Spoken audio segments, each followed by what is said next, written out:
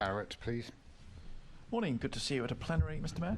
A question about bus drivers and hot weather. So if you listen to bus drivers, one of the issues that they bring up a lot, not so much this week, we're enjoying a cooler July week, but a couple of weeks ago we had a period of hot weather, which is normal for the time of year, and a huge number of complaints from bus drivers that the conditions that they were operating in their cab was just completely in excess of what's reasonable. And it's a health and safety issue, a workplace issue, and it's a road safety issue, because obviously all the rest of us sharing the road with the bus drivers who may be in no fit state to drive a bus because of the heat in their cab. Are you happy that everything that can be done is being done to sort out the cooling in cabs for bus drivers in London? So it's a question for you, Mr. Mayor. Yeah, and we meet regularly with not just bus operating companies, but the trade unions and bus drivers directly as well.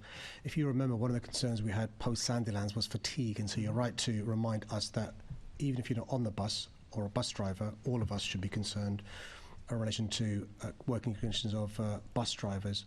You'll also be aware that in the pandemic there was a particular concern in relation to ventilation and windows being opened or closed and stuff. So, the cabins, some of them, are hot.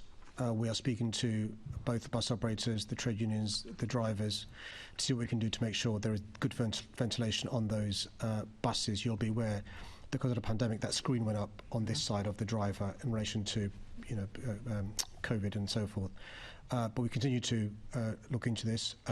One of the other concerns we had, if you remember, was that some of these windows didn't open, and so we sort of change the windows so they open on the bus to have circulation, including keeping them open. So little widgets to keep the windows open rather than them closing and stuff by a passenger, which affects the circulation of the air. But I'm more than happy, I think the Commissioner's position to get in relation to further reassurance in relation to this issue as well. Sure. What you've just talked about, though, is ventilation. And obviously, if it's, say, 30, 35 degrees outside, you're sitting in for health and safety reasons, an enclosed glass box so you can see out. But that doesn't really help from a greenhouse point of view. Temperature in the cabs is frequently up to 40 degrees, and what drivers would say is what you've just talked about is moving the heat around, and what they want is something to cool it down. Are you happy, sorry, Commissioner, are you happy that the cooling, not just the ventilation, the cooling in the cabs is adequate? So this is a really important issue, and I've actually, along with Glyn Barton, our COO, and Louise Cheeseman, who's our Director of Buses, visited the two biggest UK bus manufacturers in the last 6 weeks, Wrightbus in Northern Ireland and ADL in Falkirk, to talk about the ergonomics of bus driving, both from how to improve ventilation, but also how to improve the ergonomics, particularly for female bus drivers. How do we also ensure... My time is limited, and I didn't ask about the whole ergonomic question. I'm asking not about ventilation either, but cooling, active cooling. Ventilation and cooling is all part of the same thing, but ergonomics of the cab is really important as well, because it's no different to us sitting at a desk here. We expect drivers to do that. We need to make sure that they have the best conditions that are appropriate for all bus drivers. So there's a lot of work being done. I'm comfortable that we're in a reasonable place, but I think there's more that we can do, and we need the bus operators and in particular the manufacturers to come up with new technology that will enable that and keep buses affordable but deliver the right conditions for drivers in the climate situation that we see. Yeah, see, that sounds like a steady as she goes answer, which it keeps talking about ventilation, which I want to reiterate is not adequate when it's 30 plus degrees outside. Just some recent examples. 13th of June, just before 6:30, a 151 bus collided with a hedge and a fence, entirely left the road, effectively next to a bus stop, ploughed across the pavement into a sort of grassed area, fortunately at the side. Appeared to be because the driver had fainted due to excessive heat.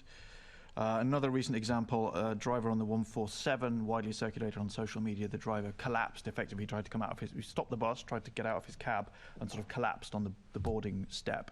I mean, those are extreme examples. How many other drivers are going around, in a sort of mental state that is extremely, not just fatigued, but borderline incapacitated? And drivers themselves will tell you that there is not adequate cooling. They're just driving around in a greenhouse where the blower just moves the air around.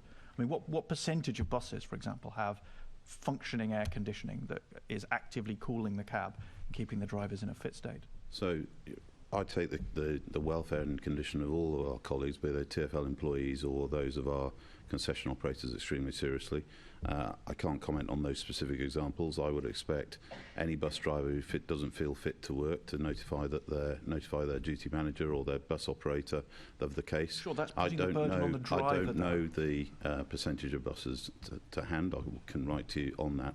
But as I've already said, I've visited both the bus manufacturers, the first commissioner to do so in a number of years, to see how we can do more to improve the conditions on our bus fleet going forward, because there is more we can do and should be doing, whether it's around air conditioning, cooling, ergonomics, etc. Okay. But we take safety extremely seriously, and I would hope that any bus driver who feels unfit to drive would notify his operator and stop driving.